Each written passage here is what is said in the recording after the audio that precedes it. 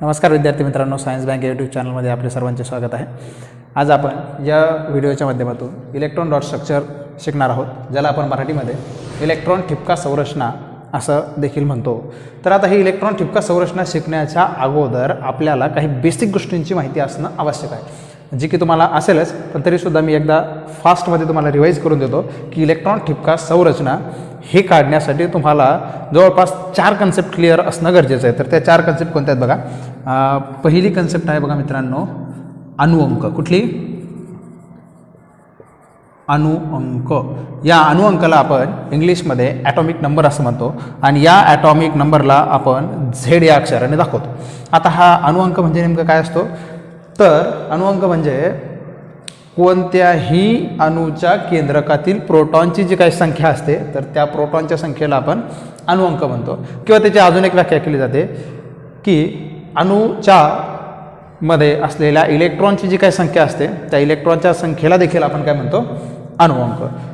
आता त्यानंतर दुसरी महत्त्वाची जी काही कन्सेप्ट आहे, तर ती अशी आहे, इलेक्ट्रॉनिक कॉन्फिगरेशन तुम्हाला येणं आवश्यक आहे. Electronic configuration. आता या इलेक्ट्रॉनिक कॉन्फिगरेशनला आपण मराठीमध्ये इलेक्ट्रॉन संरूपण असं म्हणतो. काय म्हणतो? इलेक्ट्रॉन संरूपण. आता इलेक्ट्रॉन संरूपण काय असतं? तर एखाद्या अणूकडं असलेल्या इलेक्ट्रॉनची विभागणी त्यांच्या कक्षांमध्ये कशा प्रकारे करण्यात आलेली आहे, या गोष्टीला आपण म्हणतो इलेक्ट्रॉनिक कॉन्फिगरेशन. जसं की आता उदाहरणार्थ बघा मित्रांनो, ऑक्सिजन आहे. ह्या ऑक्सिजनचा अणुअंक 8 असतो. किती असतो? 8. म्हणजे याचा अर्थ काय की ऑक्सिजनकडं एकूण 8 इलेक्ट्रॉन आहेत.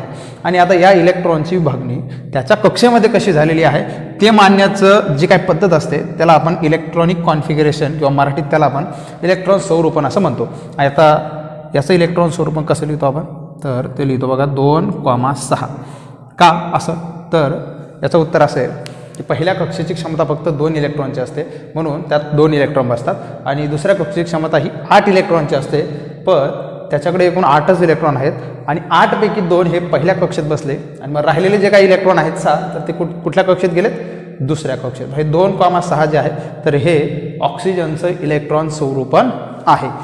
असंच आपल्याला बाकीच्या मूलद्रव्यांचं देखील इलेक्ट्रॉन संरूपण काढता येतं. जसं मी आणखी एक सांगतो बघा, मॅग्नेशियम आहे. आता मॅग्नेशियमचा जो काय अणुअंक आहे, तर तो 12 आहे. आणि मॅग्नेशियमचं इलेक्ट्रॉन स्वरूपण असं लिहिलं जातं बघा मित्रांनो, पहिल्या कक्षेमध्ये 2 इलेक्ट्रॉन, त्याच्यानंतर दुसऱ्या कक्षेमध्ये 8 इलेक्ट्रॉन आणि पुन्हा तिसऱ्या कक्षेमध्ये 2 इलेक्ट्रॉन. आता याच्याकडे 12 इलेक्ट्रॉन होते, त्याच्यापैकी पहिल्या कक्षेमध्ये 2 इलेक्ट्रॉन गेले, नंतर राहिले होते त्याच्याकडे 10 पैकी 8 इलेक्ट्रॉन दुसऱ्या कक्षेत गेले. आता 8च काय गेले? कारण दुसऱ्या कक्षेची क्षमता ही फक्त 8च इलेक्ट्रॉनची असते, म्हणून दुसऱ्या कक्षेमध्ये 8. आणि तिसऱ्या कक्षेमध्ये राहिलेले किती होते? 2. तर ते 2 कुठे गेले? तिसऱ्या कक्षेमध्ये. किंवा आपण याला के कक्षा, एल किंवा यम असंही नाव देतो. पहिल्या कक्षेला के, दुसऱ्याला यल म्हणतो, त्याच्यानंतर तिसऱ्या कक्षेला आपण यम असं देखील म्हणतो. यानंतर तुम्हाला आणखी एक कन्सेप्ट महत्त्वाची येणं अत्यावश्यक आहे इलेक्ट्रॉन डॉट स्ट्रक्चर काढण्यासाठी, आणि ती तिसरी कन्सेप्ट म्हणजे तुमची व्हॅलेन्स इलेक्ट्रॉन. कोणती आहे? Valence electron. आता या व्हॅलेन्स इलेक्ट्रॉनला आपण मराठीमध्ये संयुजा इलेक्ट्रॉन असं म्हणतो. काय म्हणतो आपण याला? संयुजा इलेक्ट्रॉन असं आपण याला म्हणतो. आता संयुजा इलेक्ट्रॉन काय भानगड असतं बघा मित्रांनो, एकदम सोपं आहे. संयुजा इलेक्ट्रॉन म्हणजे काय? तर अणूच्या कोणत्याही अणूच्या शेवटच्या कक्षेमध्ये जे काही इलेक्ट्रॉन असतात, जेवढे काही इलेक्ट्रॉन असतील, त्या इलेक्ट्रॉनच्या संख्येला म्हणायचं व्हॅलेन्स इलेक्ट्रॉन किंवा संयुजा इलेक्ट्रॉन. जसं की उदाहरणार्थ बघा, ऑक्सिजन आहे. ऑक्सिजनच्या शेवटची कक्षा ही आहे आणि या शेवटच्या कक्षेमध्ये किती इलेक्ट्रॉन आहेत? 6. म्हणजे ऑक्सिजनचे संयुजा इलेक्ट्रॉन किती झाले? 6. त्याचबरोबर मॅग्नेशियम एक आहे. मॅग्नेशियमचा अणुअंक 12 आहे. त्याचं इलेक्ट्रॉन स्वरूपण 2,8,2 आहे. आणि मग शेवटच्या कक्षेमध्ये किती इलेक्ट्रॉन आलेत? 2. मग शेवटच्या कक्षेतील इलेक्ट्रॉनच्या संख्येला काय म्हटलं जातं? संयुजा इलेक्ट्रॉन असं म्हटल्या जातं. हे आपण आता आपल्याला क्लिअर झालेले, हे तुम्हाला अगोदरही माहीत असेल. त्यानंतर एक चौथी महत्त्वाची कन्सेप्ट आहे, जी आपल्याला इलेक्ट्रॉन ठिपका संरचना काढण्यासाठी फार महत्त्वाची, आणि ती चौथी कन्सेप्ट आहे बघा मित्रांनो, जिला म्हणतो आपण व्हॅलेन्सी. काय म्हणतो? व्हॅलेन्सी. या व्हॅलेन्सीलाच मराठीमध्ये आपण संयुजा असं म्हणतो. काय म्हणतो याला? संयुजा.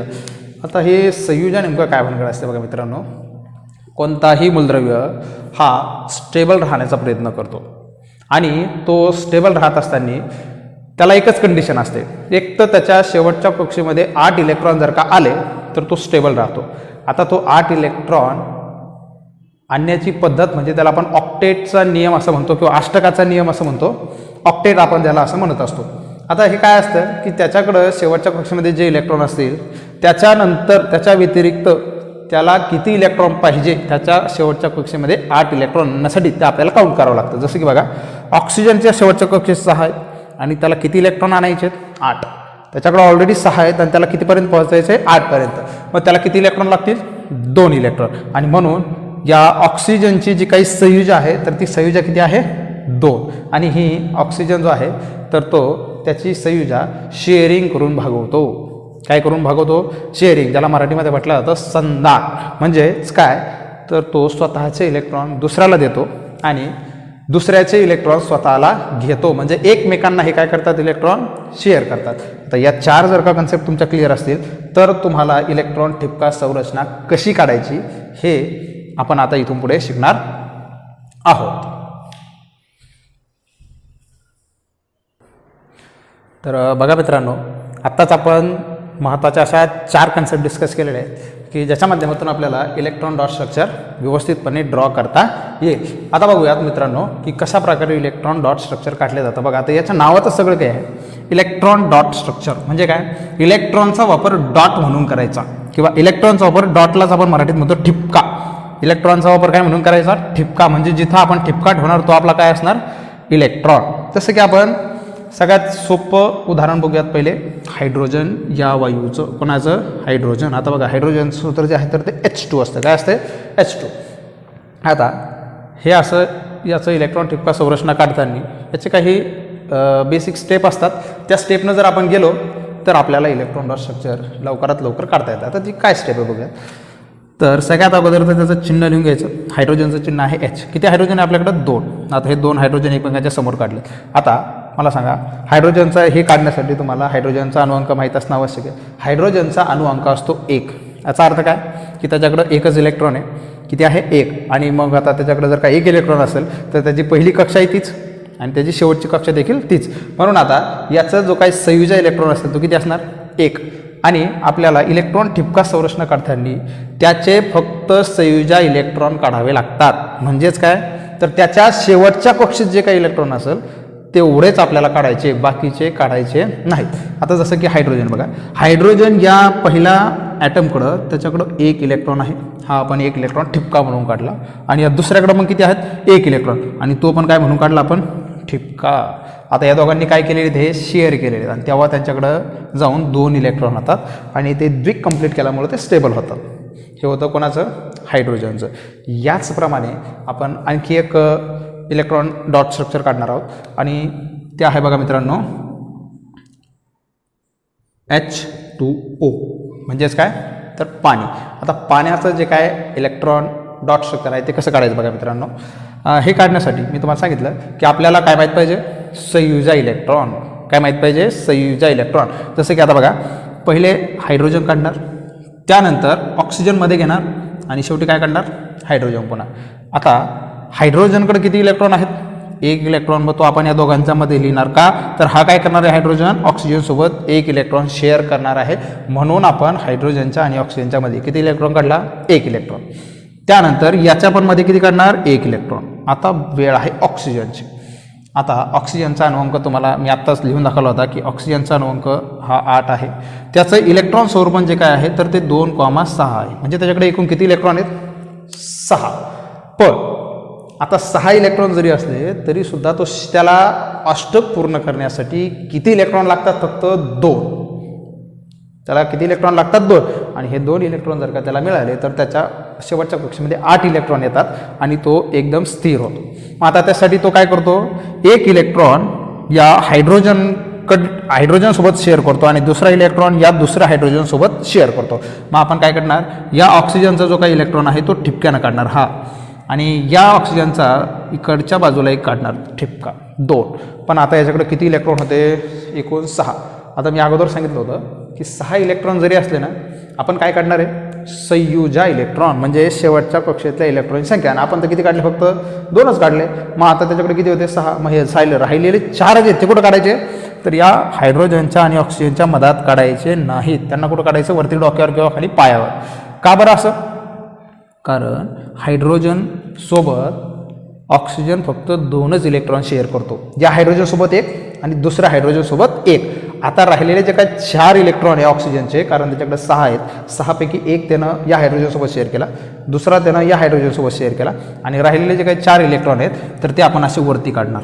या बाजूला 2 काढणार आणि या बाजूला किती काढणार 2. आलं लक्षात. आता ऑक्सिजनचं ऑक्टेट पूर्ण झाले की नाही ते बघायचं आपल्याला. बघा हे 2 इलेक्ट्रॉन हे 2 4 हे 2 6 आणि हे 2 किती झाले 8 इलेक्ट्रॉन. म्हणजे ऑक्सिजनचं काय झालं कंप्लीट ऑक्टेट. आणि प्रत्येक वेळेस प्रत्येक मूलद्रव्याचं ऑक्टेट पूर्ण होणं महत्त्वाचं आहे. इलेक्ट्रॉन डॉट स्ट्रक्चर काढताना कधीही 8 पेक्षा जास्त इलेक्ट्रॉन येता कामा नये आणि त्याचबरोबर 8 पेक्षा कमी पण येता कामा नये. फक्त त्याला अपवाद असणार आहे हायड्रोजन. कारण हा जो हायड्रोजन आहे तो ऑक्टेट पूर्ण करत नाही. तर काय पूर्ण करतो होणार नाही कारण हा हायड्रोजन फक्त द्विकच पूर्ण करतो आणि त्याचं द्विक पूर्ण झालं की तो स्टेबल होतो. म्हणजे त्याच्या शेवटच्या कक्षेत फक्त 2 इलेक्ट्रॉनची गरज असते. किती इलेक्ट्रॉनची 2. म्हणून हायड्रोजनच्या समोर फक्त 2च इलेक्ट्रॉन येणार. आणि इथे एक गोष्ट लक्षात घेऊया आपण जेवढे इलेक्ट्रॉन या दोघा एलिमेंटनं शेअर केलेले आहेत तेच त्या दोघांच्या मध्यभागी येतील. बाकीचे इलेक्ट्रॉन जे आहेत तर ते त्यांच्या एकतर डोक्यावर लिहावेत किंवा खाली पायाजवळ लिहिले तरी चालतात पण त्यांच्या मधात येणार नाही. आता मधात काय येणार नाही कारण मधात काढलेले जे काही इलेक्ट्रॉनचे डॉट असतात तर ते आपण असं मानतो की ते दोघांनी काय केलेले तर शेअर केलेले आहेत. आणि यांनी फक्त या हायड्रोजननं याला 1 शेअर केला आणि या हायड्रोजननं यासोबत 1 शेअर केला आणि या ऑक्सिजननं त्याच्या बदल्यात काय केलं या हायड्रोजनसोबत 1 इलेक्ट्रॉन शेअर केला आणि या हायड्रोजनसोबत 1 इलेक्ट्रॉन. म्हणजे ऑक्सिजननं किती दिले 2 फक्त. आणि म्हणून ते 2 आपण इकडं काढलेले आहेत. आणि बाकीचे जे काही एक्स्ट्राचे आहेत तर ते आपण कुठं काढलेत वरती 2 आणि खाली 2. आता याचप्रमाणे आपण आणखी एक स्ट्रक्चर बघूया त्याचं तिसरं नायट्रोजनचं. कुठलं नायट्रोजन. आता बघूयात मित्रांनो. आता हे नायट्रोजनचं जे काय सूत्र आहे तर ते आहे N2. काय आहे N2 म्हणजे 2 नायट्रोजन. आता याचं सूत्र कसं याचं जे काय इलेक्ट्रॉन डॉट स्ट्रक्चर आहे ते कसं काढायचं. नायट्रोजन लिहायचं या बाजूला इथे एक नायट्रोजन आणि त्याच्यासमोर दुसरा नायट्रोजन. आता मी तुम्हाला काय सांगितलं होतं की आपल्याला याचं काय काढायचं आहे संयुजा इलेक्ट्रॉन. आता यासाठी आपल्याला अणुअंक माहीत पाहिजे. बघा आता नायट्रोजनचा अणुअंक आहे एकूण 7. इथं लिहितो बघा नायट्रोजनचा अणुअंक आहे 7. याचं इलेक्ट्रॉन स्वरूपण आहे 2,5. किती आहे 2,5. आणि आता नायट्रोजनचा अणुअंक 7 आणि त्याचं इलेक्ट्रॉन स्वरूपण 5. आता त्याच्याकडे एकूण संयुजा इलेक्ट्रॉन किती 5. किती आहेत 5. म्हणजे त्याच्या शेवटच्या कक्षेमध्ये 5 इलेक्ट्रॉन आहेत. आणि मग आपल्याला किती ड्रॉ करावं लागतील 5 इलेक्ट्रॉन काढायचे आहेत. पण आता हे काढण्यासाठी आपल्याला अजून एक गोष्ट माहीत पाहिजे काय संयुजा. याची संयुजा किती संयुजा म्हणजे मी काय सांगितलं तुम्हाला त्या अणूला अष्टक पूर्ण करण्यासाठी किती इलेक्ट्रॉनची गरज असते त्याला काय म्हणायचं संयुजा.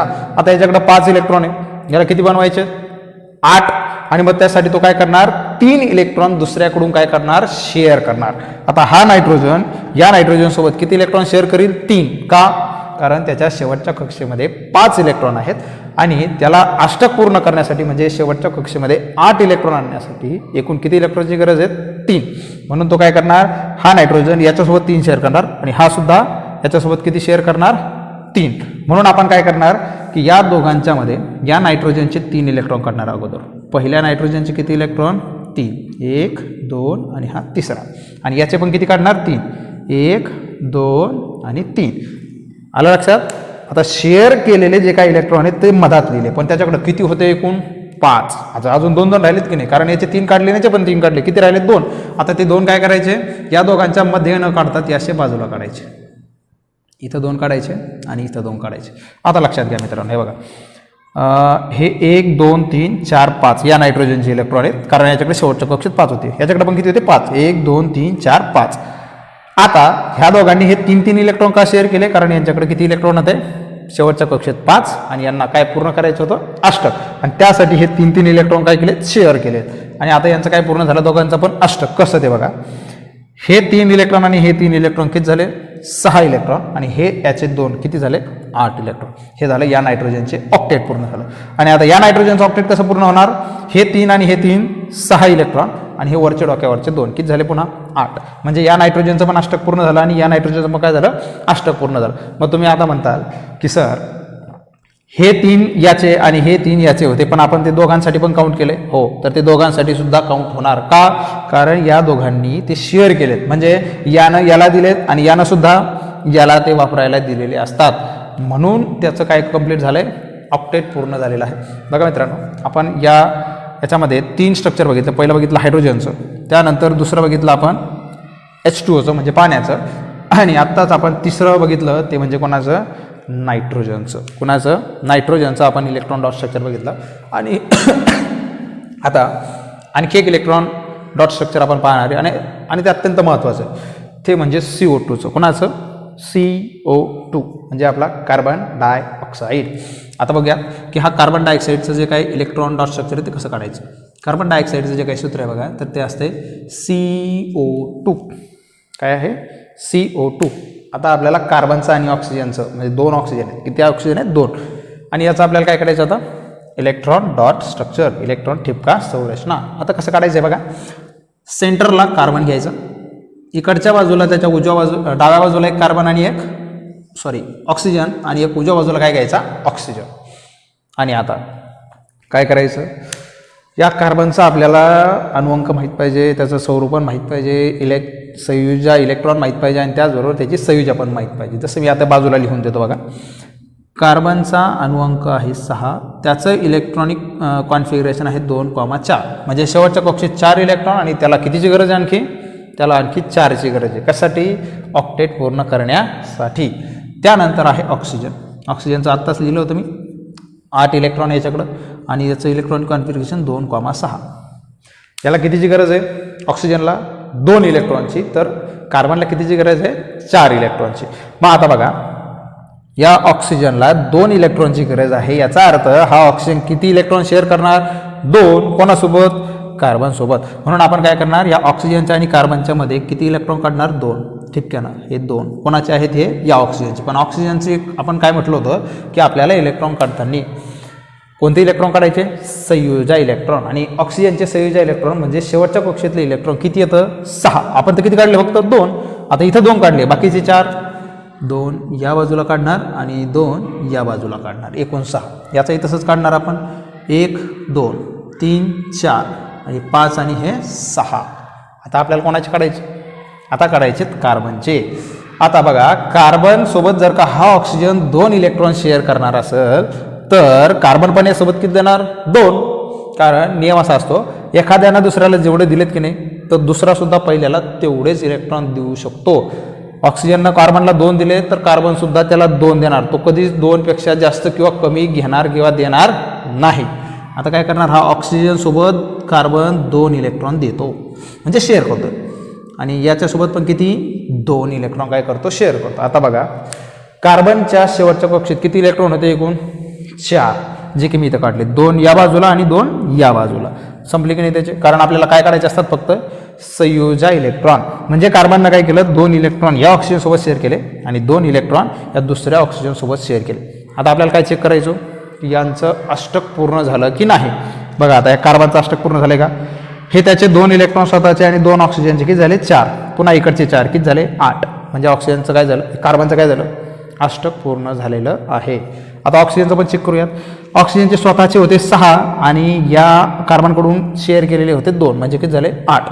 याचंही तसंच स्वतःचे 6 आणि या कार्बनचे किती 2, किती झाले 8. म्हणजे इथं कार्बनचं पण अष्टक पूर्ण झालं आणि ऑक्सिजनचं देखील काय झालं अष्टक पूर्ण झालेलं आहे. याप्रमाणे आपण काय काढत असतो इलेक्ट्रॉन ठिपका संरचना काढतो. ही काढण्यासाठी तुम्हाला 4 बेसिक गोष्टी माहीत पाहिजे, मी ज्या तुम्हाला व्हिडिओच्या अगोदरच समजून सांगितलेल्या आहेत. त्या जर तुम्हाला समजल्या नसतील तर त्या पुन्हा रिपीट बघा. कारण अणुअंक, इलेक्ट्रॉनिक कॉन्फिगरेशन, संयुजा इलेक्ट्रॉन म्हणजेच व्हॅलेन्स इलेक्ट्रॉन आणि शेवटी व्हॅलेन्सी म्हणजे संयुजा, या 4 गोष्टी माहीत असल्याशिवाय आपण कोणत्याही संयुगाचं किंवा इलिमेंटचं जे आहे तर ते इलेक्ट्रॉन ठिपका संरचना काढू शकत नाही. त्यासाठी आपल्याला अगोदर या 4 बेसिक कन्सेप्ट क्लिअर पाहिजे. ज्या जर तुम्हाला क्लिअर झाल्या नसतील तर अगोदर ते क्लिअर करा आणि मग नंतर पुढचा व्हिडिओ कंटिन्यू करा. जर तुम्हाला हा व्हिडिओ आवडला असेल तर नक्कीच चॅनलला सबस्क्राईब करा, लाईक करा आणि शेअर करा. धन्यवाद.